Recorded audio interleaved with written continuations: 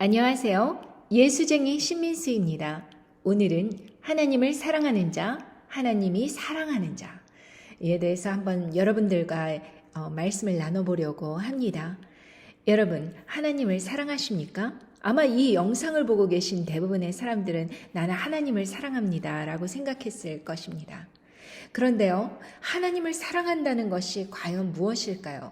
내가 부모님을 사랑한다 라고 했었을 때 여러분들은 어떻게 부모님을 사랑한다는 것을 알 수 있습니까? 부모님께서 부모님의 관점으로 나를 바라보는 것이죠. 부모님이 무엇을 좋아할까? 부모님이 어떨 때 기뻐하실까? 그 일을 내가 해내고 싶은 그런 마음이 바로 사랑하는 그 표현인 것입니다. 내가 누군가를 사랑하면 그 사람이 무엇에 관심이 있는가, 무엇을 좋아하는가 유심히 관찰하기 마련입니다. 그리고 그 사람이 원하는 것을 원하는 대로 나의 행동을 바꾸고 나의 말투를 바꾸고 그리고 나의 계획을 바꾸고 그것이 다른 대상을 사랑하는 그런 자세이죠. 그런데 사람들은 참 이상하게도 나는 하나님을 사랑합니다 라고 하면서 하나님께 수도 없이 많은 요구를 합니다. 이것 해주십시오. 저것 해주십시오. 이것 안 해주면 저 정말 화가 나겠습니다. 아니면 실망하겠습니다. 우리는 그런 자세가 과연 하나님을 사랑하는 것일까요? 하나님이 기뻐하시는 일, 하나님께서는 우리 안에 있는 죄를 회개하고 다시는 죄로 돌아가지 않고 깨끗한 심령으로 하나님을 아름답게 섬기는 그러한 관계를 원하시는 것입니다. 우리가 죄에서 깨끗해진 그런 상태, 남들을 사랑하고 돕고 그리고 세상을 변화시키기 위해서 복음을 전도하는 그러한 간절함, 그런 열망, 하나님의 관점에서 나를 바라보는 그런 마음이 있을 때 우리는 비로소 하나님을 사랑한다 라는 것을 우리 마음속에서 증명할 수 있는 것이죠. 결코 그런 사람들을 하나님이 사랑하시는 것이고요. 온갖 죄를 저지르면서 온갖 세상적인 의견을 다 따라가면서 말로는 나는 하나님을 사랑합니다. 동성애는 괜찮습니다. 이게 과연 맞는 말일까요? 성경이 동성애에 대해서 어떻게 말을 해주고 있는가 여러분들께서 아주 잘 알고 계십니다. 그럼에도 불구하고 이 세상은 그것도 사랑의 일종이다 라고 이야기를 합니다. 그리고 기독교 안에서조차 병행할 수 있다. 하나님은 사랑의 하나님이시다. 이런 논리로 사람들을 설득하는 것이죠. 그러나 아무리 설득해도 소용없습니다. 내가 하나님을 사랑한다면 하나님이 원하는 관점에서 나의 인생에 나의 계획을 뭐든지 바꿔나가기 때문입니다.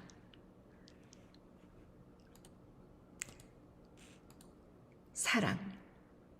그래서 우리는 그 사랑에 대해서 우리가 알거니와 하나님을 사랑하는 자, 곧 그 뜻대로 부르심을 입은 자들에게는 모든 것이 협력하여 선을 이루느니라 라고 말씀하십니다. 로마서 8장 28절의 말씀이시죠. 여러분의 인생은 하나님의 뜻 안에서 모든 것이 협력하여 선을 이루어가는 과정이십니까? 여러분 예를 들면 결혼 생활에 문제가 있어요. 그럼 그 문제들을 하나님께 내어놓고 그것이 가정폭력이든 그것이 아무리 억울한 일이든 금전적인 손해든 시집 식구들의 막 괴롭힘이든 아니면 그 외에 어떠한 모든 문제든 그 문제들을 하나님 앞으로 가지고 가서 하나님 이 상황에서 제가 어떻게 행동해야 할까요? 하나님께서 이 가정을 지키시길 원하신다는 걸 알 수 있습니다. 그렇기에 제가 결혼을 했던 것이고요. 그런데 저는 참 견딜 수가 없습니다. 이러한 상황에서 하나님 아버지 저에게 힘을 주십시오. 제가 어떻게 이 문제들을 맞닥뜨리고 제가 어떻게 처신을 해야 하고 어떻게 해야 하나님께 기쁨을 드리는 사람이 될 수 있겠습니까? 라고 나의 마음을 내려놓고 하나님의 뜻을 물어보는 것이죠.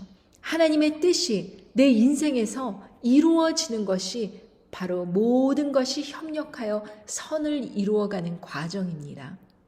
우리가 판단을 하고 우리가 그 결혼 생활에 문제가 있다면 그것을 이혼이라는 것으로 선택을 하여서 문제를 해결하고, 어떤 악한 사람이 있다면 그 사람을 피하고 그 사람을 끊어버리고 나를 지키는 것, 결코 그런 행동들이 모든 문제들의 아무것도 해결하지를 못했고, 단지 이 세상을 살아감에 있어서 나만 지켜야겠다. 나. 과연 그 나가 더 중요한 그런 인생에서 우리는 하나님이 기뻐하시는 뜻을 원하는 것일까요? 아니면 내가 기쁘고 내가 속 시원한 그런 인생을 원하는 것일까요? 우리는 이 근본적인 물음에 있어서 분명히 답하면서 나가지 않으면 우리는 참으로 정말 매 순간의 선택마다 혼란스럽습니다. 그렇지 않습니까? 어느 것이 성경 말씀에 근거하여 내게 옳은 판단일까? 어느 것이 하나님께서 가장 기뻐하실 그런 행동일까? 그것을 우리는 우리 삶에서 생각하고 또 실천으로 옮겨야 합니다. 그러나 하나님을 사랑하고 하나님의 뜻을 실천하려고 하더라도 징계가 따라오죠. 징계. 너희가 참음은 징계를 받기 위함이라. 하나님이 아들과 같이 너희를 대우하시나니 어찌 아비가 징계하지 않는 아들이 있으리요. 징계는 다 받는 것이오늘 너희에게 없으면 사생자여 참 아들이 아니니라. 또 우리 육체의 아버지가 우리를 징계하여도 공경하였거든 하물며 모든 영의 아버지께 더욱 복종하여 살려 하지 않겠느냐. 저희는 잠시 자기의 뜻대로 우리를 징계하였거니와 오직 하나님은 우리의 유익을 위하여 그의 거룩하심에 참여케 하시느니라. 무릇 징계가 당시에는 즐거워 보이지 않고 슬퍼 보이나 후에 그로 말미암아 연달한 자에게는 의의 평강한 열매를 맺나니 그러므로 피곤한 손과 연약한 무릎을 일으켜 세우고 너희 발을 위하여 곧은 길을 만들어 저는 다리로 하여금 어그러지지 않고 고침을 받게 하라. 모든 사람으로 더불어 화평함과 거룩함을 쫓으라. 이것이 없이는 아무도 주를 보지 못하리라. 히브리서 12장 7절에서 14절의 말씀입니다. 여러분, 우리 삶에서 징계가 없다면 우리는 아마 하나님에 대해서 정말 선하신 하나님, 사랑의 하나님, 그것으로만 끝쳤을 것입니다. 그러나 징계를 통해서 우리는 하나님께서 우리 안에 있는 죄를 얼마나 싫어하시고 그것으로 인해서 우리가 천국에 들어갈 수 없는 그런 상태가 된다는 것을 잘 아시기에 그 소중한 독생자 예수 그리스도를 죽음의 십자가형에 달려 돌아가게 하시기까지 우리를 사랑하셨다는 것을 잊으면 안 됩니다. 예수님께서 그 십자가형을 아무런 죄도 없이 그 고귀한 하나님의 아들이 우리의 죄를 위해서 대신 징계를 받으시고 우리가 나음을 얻었다면 우리는 바로 믿음으로 예수님의 그 희생의 대가를 우리는 믿음으로 하나님께 화답하는 것입니다. 그러기에 우리가 징계를 받을 때 이 징계를 결코 가볍게 여기거나 아니면은 이것으로 인해서 하나님을 쉽게 판단해버리고 떠나거나 그런 삶을 선택해서는 절대 안 됩니다. 이곳에 보면은 우리 육체의 아버지가 우리 육신의 아버지죠. 우리를 징계하여도 우리가 아버지를 사랑하지 않습니까? 그런데 하나님의 그 뜻은 우리를 결국 살리시는 것이고 우리의 유익을 위해서 또 그 거룩하심에 참여케 하시기 위해서 징계를 하시는 것입니다. 무릇 징계가 당시에는 즐거워 보이지 않고 슬퍼 보이나 후에 그로 말미암아 연달한 자에게는 의의 평강한 열매를 맺는다고 말씀하십니다. 제가 여러분에게 이해를 돕게 하기 위해서 한 예를 들어드리겠습니다. 제가 아는 어떤 여성분의 이야기입니다. 이 여성분은 처녀 시절에서부터 자신이 열심히 전도하면 사람들이 모두 변화돼서 예수님을 믿을 것으로 그렇게 믿었습니다. 그래서 이 자매는 결혼을 할 때요, 강남에서 미국으로 유학을 오고 또 부유한 부모님 밑에서 자라서 또 부유하게 생활하였고 또 부모님도 높은 자리에 계시고 그런 처지에서 이 자매가 만난 남학생은 가난하고 노동자의 집이고 청소하거나 그런 일들을 하고 그리고 또 그 모든 것보다도 더 힘든 것은 파산을 해갖고 신용불량 상태의 그런 시집을 왔습니다. 열심히 전도를 하였습니다. 처녀 시절 때부터 성경을 들고 그 성당 다니는 시부모님에게 시어머니는 이제 무학이라서 글을 읽을 수 없으니까 테이프를 갖다 주면서 막 그 말씀 테이프 이런 것을 들으면서 이제 이 자매가 부모님을 전도하였습니다. 처음에는 전도가 되는 것 같았습니다. 그리고 우리 아들이랑 잘 됐으면 좋겠다 그런 이야기를 들었을 때 뭔가 희망이 보이는 것 같았습니다. 그래서 굉장히 열심히 하였죠. 그 남자친구에게도 굉장히 최선을 다하고 남자친구 대신에 그 시집에서 운영하는 조그만 그 가게에 나가서 캐시어를 보기도 하고 그러면서 열심히 도왔습니다. 친정부모의 극고한 반대에도 불구하고 결국엔 결혼을 하였습니다. 좋다는 모든 혼처, 박사, 교수, 의사 이런 데 혼처가 막 들어왔는데 선 자리에서 다 거절하고 이 남학생을 선택했습니다. 그러고 나서 결혼을 하였는데 딱 결혼하자마자 시집에서 본색을 드러냅니다. 시할머니를 모셔옵니다. 신혼집에. 니네가 모셔라. 그뿐만이 아닙니다. 용돈을 내놓으라고 이제 정기적인 용돈을 내놓으라고 아예 명령을 하는 것입니다. 왜냐하면 그 아들이 청년 시절 때 시부모에게 돈을 모두 갖다 드렸는데 결혼을 하니까 아들이 돈을 가져올 수 없잖아요. 그러니까 며느리가 일을 해서 돈을 갖고 와라. 이렇게 이야기하는 것입니다. 그런데 이 며느리가 결혼하자마자 이제 아이 둘을 낳게 됐어요. 그러니 미국은 아이들을 보는 그 양육비가 굉장히 비싼지라 집에서 아이들을 보면서 살림만 하는 것입니다. 이때서부터 핍박이 시작했는데 돈 못 버는 것은 이혼해라. 이렇게 억울한 요구를 하면서 이 여자를 학대를 하는 것입니다. 이 여성은 이혼을 당하면 한국에 아이 둘을 이혼녀로 아이 둘을 데리고 나가서 친정부모 밑에서 살게 되니까 또 끝까지 이혼을 안 하면서 하나님 안에서 예수님 그 십자가 고난을 생각하면서 기도로만 견디는 것이죠. 그리고 계속해서 전도를 했습니다. 아마 전도가 잘 안 돼서 그런가 보다 그렇게 하면서 전도를 했습니다. 그랬더니 그것을 오히려 역이용하면서 믿는 네가 능력이 그것뿐이 안 되냐. 밖에 나가서 능력 있게 돈 벌어와라. 그렇지 않으면 너가 믿는 하나님이 너에게 직장 하나 줄 수 없느냐. 이러면서 이제 이 부인을 막 학대를 하는 것입니다. 나중에는 폭언에서 시작해서 폭력으로까지 번지게 됐죠. 이걸 갖다가 이제 시집에 가서 이야기를 하면 시집 식구들은 정말 고소하다는 뜻이 때리는 놈이 잘못이냐?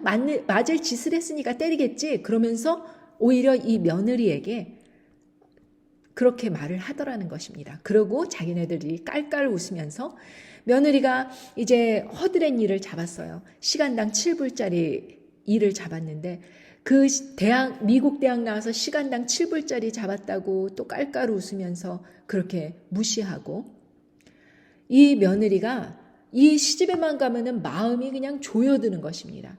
시집 식구들이 삥 둘러앉아갖고 온갖 악한 말로 쏟아내고 절하라 그러고 뭐 돈 벌어오라 그러고 네가 이걸 지불해라 그러고 그런 요구들이 막 쏟아져 들어오니까 어쩔 때는 친정에서 돈을 꺼다가 시집의 요구를 채워줄 때도 있었어요. 그런데 이 남편이 더 기가 막히는 것입니다. 이 남편은 이 부인이 능력 있게 쫙쫙 벌어와야지 자기의 시집에서 자기의 그 기도 살고 그리고 부인도 또 부려먹을 수 있는데 부인이 이 능력 없이 집에서만 아이들을 보니까 이제 이 남편은 너는 맞아도 싸 뭐 이런 식으로 부인을 대하는 것입니다. 부인이 점점 말이 어눌해지고 나중에는 실어증까지 왔습니다. 자기 자신을 항변할 수 있는 처지가 안 되게 되었습니다. 그러니 이 부인이 할 수 있는 것은 무엇이겠습니까? 눈물을 줄줄 흘리면서 십자가 앞에서 하나님께 기도만 하는 것이었습니다. 그랬더니 남편이 기도하는 부인의 엉덩이를 걷어차면서 네가 기도한다고 하나님께서 들어주실 줄 아냐? 그러면서 부인을 또 굿박하는 것입니다. 그래도 이 부인은 끝까지 견디면서 사람들에게 모든 것을 침묵하면서 이 시집의 억울한 요구를 들어주면서 그렇게 견디면서 살아왔죠. 그러다가 부인이 좋은 직장을 얻었습니다. 그래서 그 직장에서 억대 연봉을 벌게 됐습니다. 그리고 그때 당시 실직해서 집에서 놀고 있는 남편에게 또 자기의 그 인연을 통해서 그 사회생활에서 만난 분들을 통해서 대기업에 취직까지 시켜줬습니다. 남편을. 그러면은 이 정도 되면은 이제 모든 것이 다 끝나야 되는 것 아닐까요? 그런데 부인이 버는 거에 비해서 가져오는 게 적다고 이제 타박을 하는 것입니다. 시집 식구들이. 그리고 뭐 백이라도 고급 백이라도 이렇게 선물할라 치면 야 이런 거 말고 돈으로 갖고 와. 아주 이렇게 노골적으로 얘기를 해버리는 것입니다. 그리고 일가 친척이 막 놀러 오면은 이제 며느리 보고 밥하라 그래 갖고 잔치하고 이런 일들 뭐 다반사죠. 그런데 이 사람이 곰곰이 생각을 했습니다.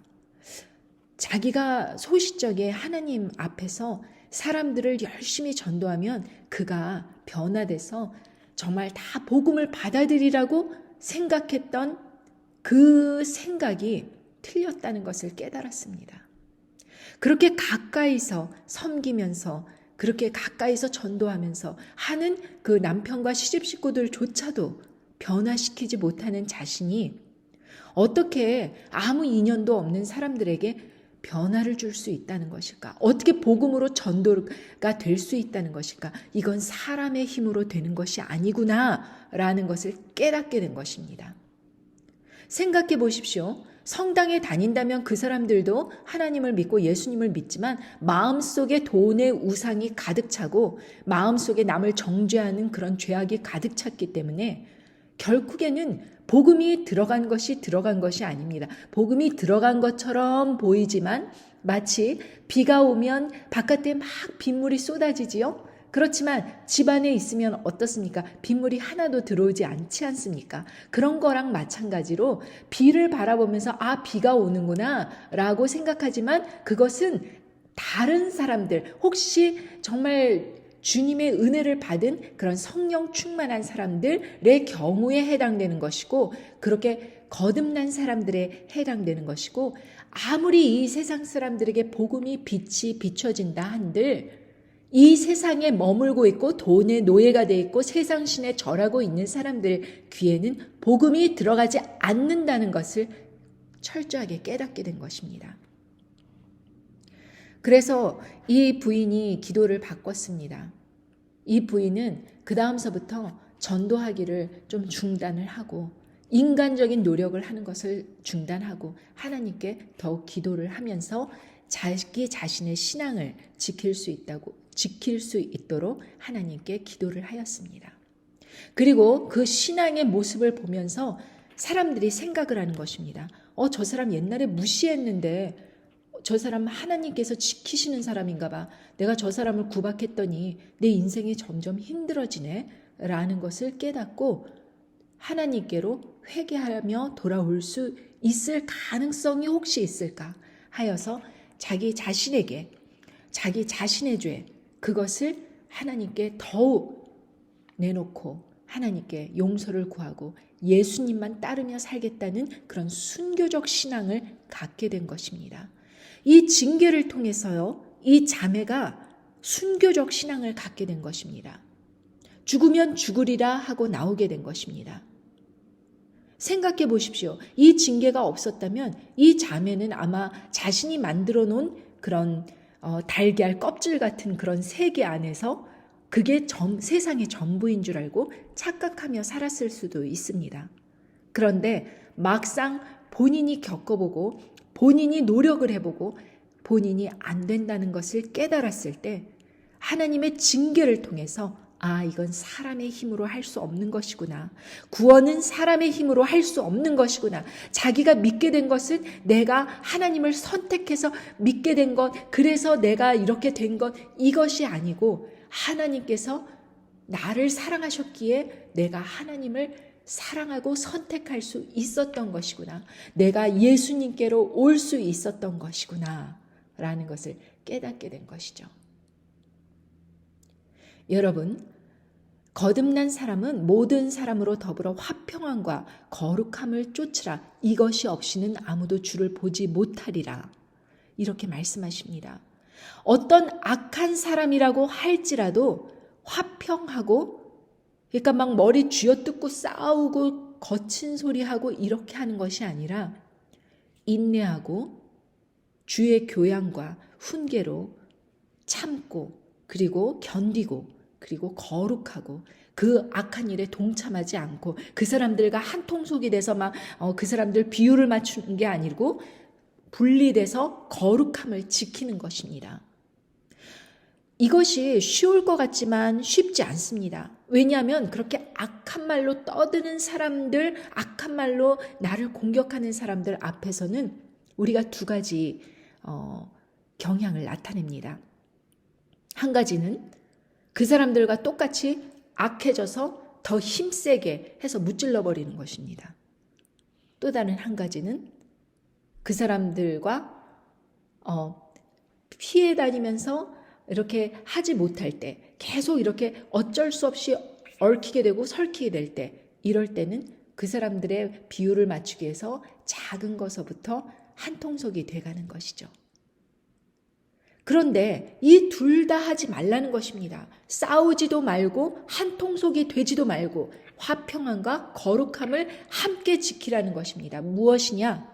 싸우지는 않되 계속 그 사람들의 공격을 받더라도 나의 거룩함, 나의 영역을 지키라는 것입니다, 여러분. 지금 비옵시오 주사를 통해서 많은 사람들이, 주위에 많은 사람들이 그것을 다 받고 있죠. 이게 짐승의 표냐 아니냐 이런 논란, 이런 것은 다 떠나서 그 비옵시오 주사가 어떤 성분이 들어있고 정말 어떤 좋지 못한 그런 인체에 들어가서는 안 되는 성분이 들어가 있다. 많은 세계적인 의사들이 밝혀내고 있습니다. 그런데도 불구하고 내가 더 즐기기 위해서, 지금 누리고 있는 것을 붙잡기 위해서 하나님의 몸에, 우리가 있는 그 몸은 하나님께서 주신 그 고유한 DNA로 거룩하게 지킬 의무가 있는데 이 의무를 저버리고 우리가 그냥 세상 사람들이 다 하니까 그냥 비옵시오 주사 맞아버리지. 이것은 거룩하지 못한 행동입니다. 이것이 없이는 아무도 주를 보지 못하리라. 여러분, 그것을 맞으셨다면 회개하시고 주님께로 돌아오셔서 다시는 타협하지 마셔야 됩니다. 여러분, 저는 비옵시오 주사 때문에 제가 만약에 뭘 걸리게 된다고 하더라도 저는 이야기하였습니다. 저만의 공간이 있거든요. 기도 공간, 집에. 그곳에 들어가서 나오지도 않고 거기에 전용 화장실이 있는데 그 화장실만 쓰면서 죽어가도록 내버려 두라고 하였습니다. 감기약과 그리고 밥만 넣어달라. 그러면은 그걸 먹고 살아나면은 살고 죽으면 죽으리라. 이렇게 선언을 하였습니다. 죽고 사는 것 하나님 안에서 되는 것인데 내가 억지로 나를 갖다가 어떻게 살려보겠다고 면역체계 시스템을 바꾸는 그런 것을 함부로 받아들일 수 없다. 내가 받아들일 수 없다라고 결단한 그 순간서부터 모든 타협점은 없어지는 것입니다. 그냥 거룩함을 쫓겠다 결단하면은 그것으로 끝나는 것입니다. 그렇지 않습니까? 순종. 너희는 돌아보아 하나님 은혜에 이르지 못하는 자가 있는가 두려워하고 또 쓴뿌리가 나서 괴롭게 하고 많은 사람이 이로 말미암아 더러움을 입을까 두려워하고 음행하는 자와 혹 한 그릇 식물을 위하여 장자의 명분을 판 에서와 같이 망령된 자가 있을까 두려워하라. 너희의 아는 바와 같이 저가 그 후에 축복을 기업으로 받으려고 눈물을 흘리며 구하되 버림바가 되어 회개할 기회를 얻지 못하였느니라. 히브리서 12장 15절에서 17절의 말씀입니다. 자, 하나님 은혜에 이르지 못하는 자가 있다고 말씀하십니다. 너희, 그러니까 예수님을 믿었지만 하나님 은혜에 이르지 못하는 자가 있다는 것입니다. 구원받았다고 복음을 들어서 구원받았다고 확신하지만 결국 자신이 음행하거나 어떠한 잘못을 아주 고의적으로 그런 일들을 저질렀을 때 하나님 은혜에 이르지 못하는 자가 있다는 것입니다. 또 그로 말미암아 쓴뿌리가 나서 괴롭게 한다는 것입니다. 어떤 억울한 일을 당했어요. 그런데 그것을 하나님 안에서 기도하면서 해결하는 것이 아니고 그것이 쓴뿌리로 자라가 나서 복수하겠다. 저거를 갖다가 뒤집어 바꾸겠다. 저 사람을 해치겠다. 혹은 악한 마음이 드는 것입니다. 이 세상 이렇게 열심히 살아서 뭐 하는가? 내가 이렇게 정직히 살아서 무엇 하는가? 결국에는 가진 자, 있는 자들에게 모두 빼앗기고 나서 이것이 무슨 소용이란 말인가? 이렇게 하고 기도로서 자기 자신의 삶을 지켜나가는 대신에 마음의 억울한 마음, 복수하는 마음, 그리고 세상을 향해 정말 그 어두운 마음, 그런 것이 일어나서 자기 자신이 괴롭게 되는 것입니다. 또 그 괴로움은 그 행동으로 표출돼서 많은 사람이 이로 말미암아서 함께 더러움을 입을까 두려워하라는 것입니다. 그 쓴뿌리가 난다는 것은 어떤 것이 처음에는 작게 이렇게 자라지만 크게 일어나서 그것이 자기 자신도 괴롭힐 뿐만 아니라 많은 사람들이 이로 인해서 같이 더러움을 입는다는 것입니다. 여러분, 우리 마음을 지키라고 성경 말씀에서 말씀하시는데요. 마음이 종횡무진하더라도 다른 사람들은 우리 마음을 읽을 수 없기 때문에 내가 아무 생각이나 해도 되는 것으로 우리는 생각합니다. 어떤 악한 마음이 들었을 때 하나님 죄송합니다. 제가 이런 악한 마음을 품었군요. 용서해 주십시오. 이렇게 생각하기보다는 악한 마음이 들었을 때 그래, 그 다음은 어떻게 되지? 그 다음은 어떻게 할까? 이러면서 그 악한 생각을 자꾸자꾸 자라나가면서 악한 계획을 세울 수 있다는 것입니다. 사람은, 세상적인 사람은. 음행하는 자와 한 그릇 식물을 위하여 장자의 명분을 판 에서와 같이 망령된 자가 있을까 두려워하라. 이것이 무슨 이야기일까요? 음행하는 자, 음란히 행하는 자, 다른 사람이 보지 않는 곳에서 음란히 행하는 자. 이 사람은 우리가 정말 하나님의 거룩함에서 벗어난다는 것을 알지만 한 그릇 식물을 위하여 장자의 명분을 팔았다는 그 에서가 여기에서는 망령된 자가 있을까 두려워하라 그러는데 그 에서가 장자의 명분을 팔았다고 합니다. 한 그릇 식물을 위하여. 이게 무슨 그렇게 큰 죄가 되는 것일까요? 그런데 결국 그가 눈물을 흘리며 구하되 버림바가 되어서 회개할 기회를 얻지 못하였다고 하였습니다. 이 한 그릇 식물, 배고픔 때문에 장자의 명분을 팔았다? 이 에서와 같이 망령된 자가 있다? 이 세상에 있다는 것입니다, 여러분. 이것이 무슨 이야기일까요? 그런데 회개를 할 기회가 없다는 것입니다. 이런 사람들한테. 자, 그 이야기에 대해서 조금 더 구체적으로 나눠볼까요? 왜냐하면 이것은 현 시대를 살아가는 우리에게 굉장히 중요한 레슨이 될 수 있기 때문입니다. 창세기 25장 27절에서 34절의 말씀입니다. 그 아이들이 장성함에 에서는 익숙한 사냥꾼이었으므로 들사람이 되고 야곱은 조용한 사람이었으므로 장막에 거주하니 이삭은 에서가 사냥한 고기를 좋아하므로 그를 사랑하고 리브가는 야곱을 사랑하였더라.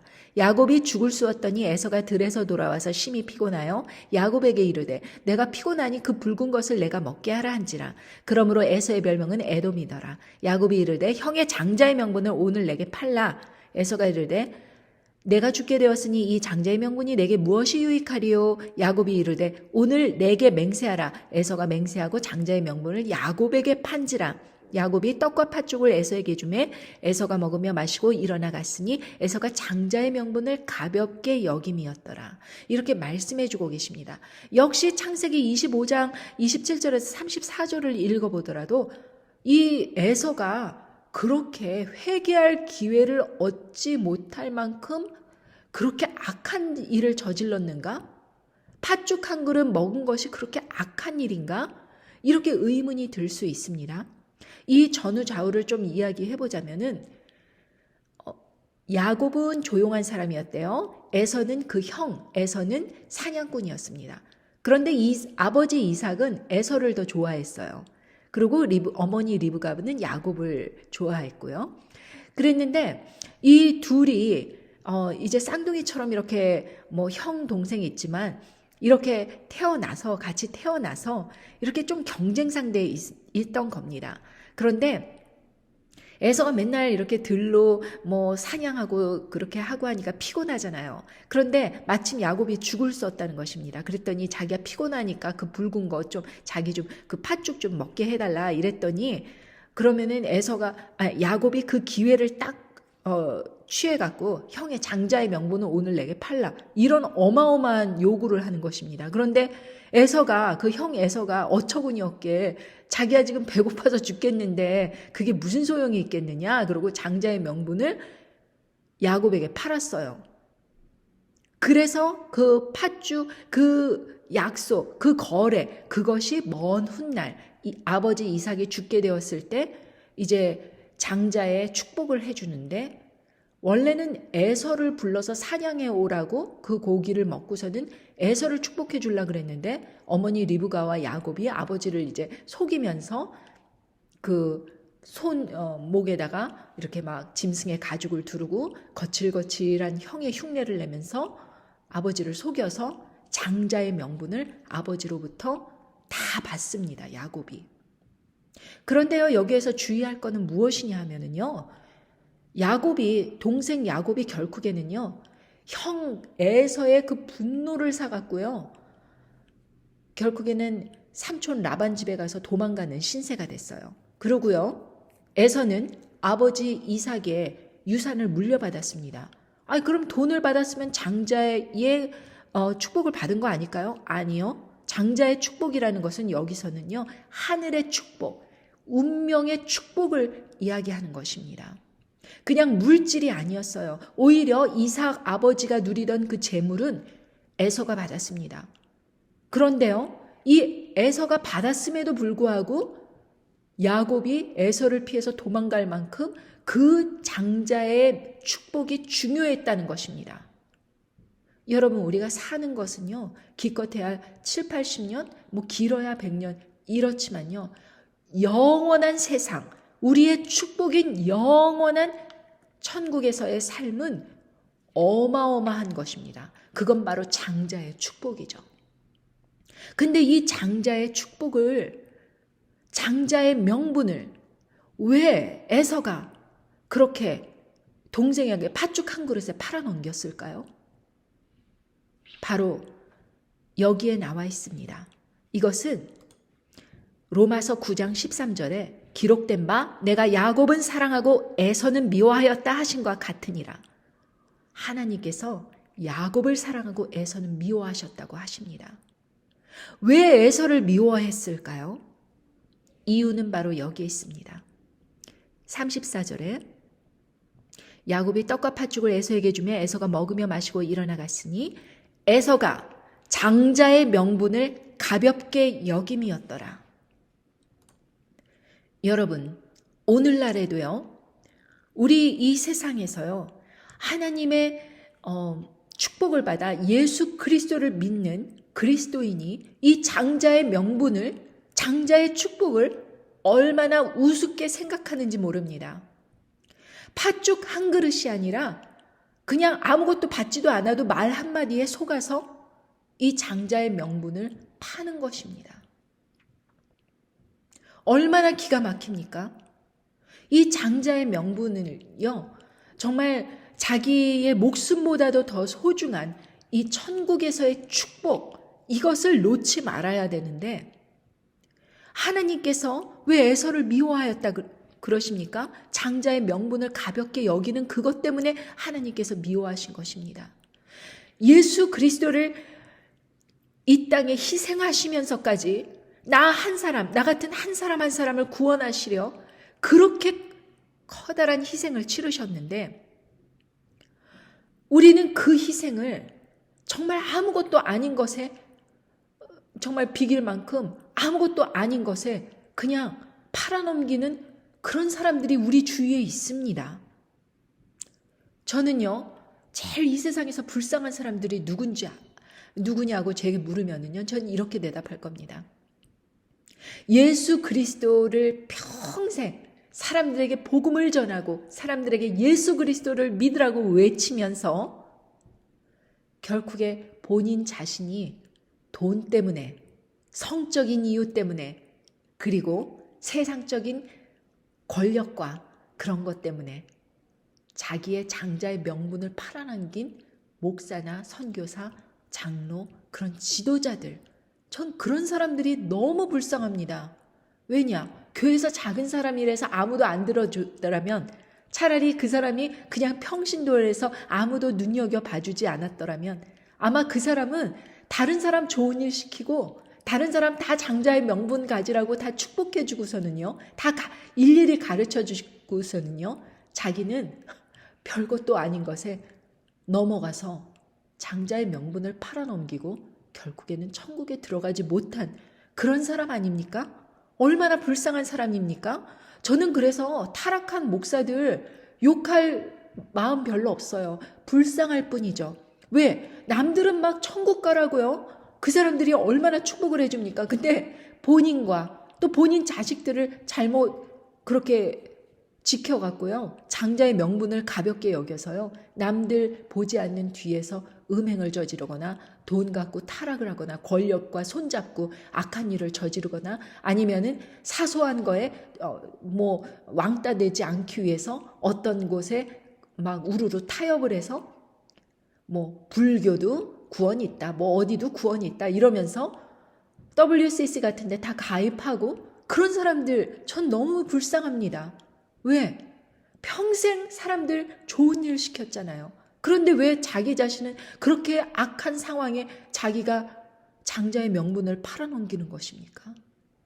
그 사람들 너무 불쌍하지 않습니까? 전 그 사람들 너무 불쌍합니다, 여러분. 그 사람들 불쌍하니까 기도해 줘야 돼요. 혹시 회개하고 돌아올 수 있을까 해서요. 그런데 아까도 보았지만 에서가 눈물을 흘리며 구하되 회개할 기회 얻지 못하였다 그랬잖아요. 얼마나 불쌍합니까, 여러분? 회개할 기회가 있을 때 회개할 수 있는 게 얼마나 우리에게 큰 축복입니까, 여러분? 그러므로 여러분, 앞으로 세상은 더 이 팥죽같이 이 작은 거에도 속은 에서가 있듯이 정말 우리 앞에는 한 걸음 한 걸음 뛸 때마다 거치는 돌과 그리고 장애물과 그런 것이 산적해 있을 것입니다. 이 마지막 때에는 미혹의 영이 쫙 뿌려지는 시대가 되었어요. 그래서 허들한 말씀에 의지하지 않고 사람 말에 의지하는 그런 허들허들한 그런 영혼들에 파고들어서 우는 사자와 같이 영혼을 취해갑니다. 그러니 여러분들 매 순간순간마다 기도하셔야 됩니다. 정말 목숨 걸고 기도하셔야 됩니다. 그러지 않으면 여러분들의 그 장자의 축복, 장자의 명분을 지킬 수 있을지 모릅니다.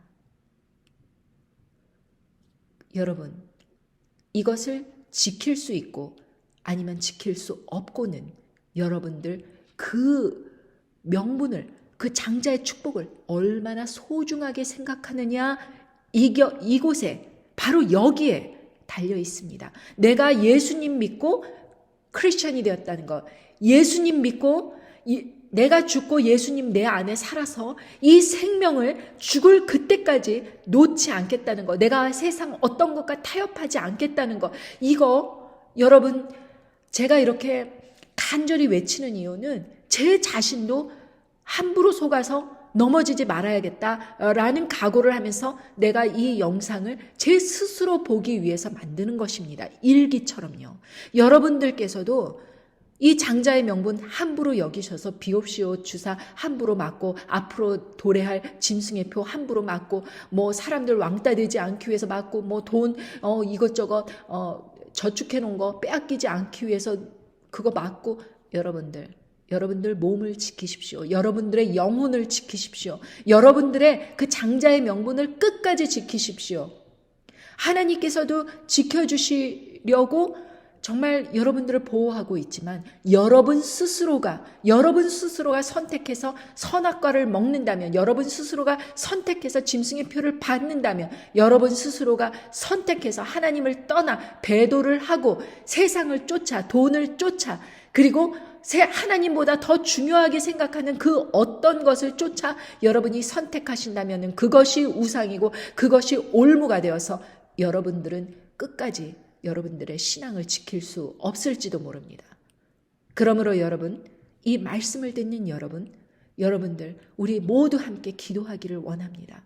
여러분들 각자 막 흩어져서 나만 알고 이렇게 아무도 못 알으면 괜찮지 이렇게 생각하고서는 그냥 여러분들께서 그렇게 침묵하고 계시잖아요.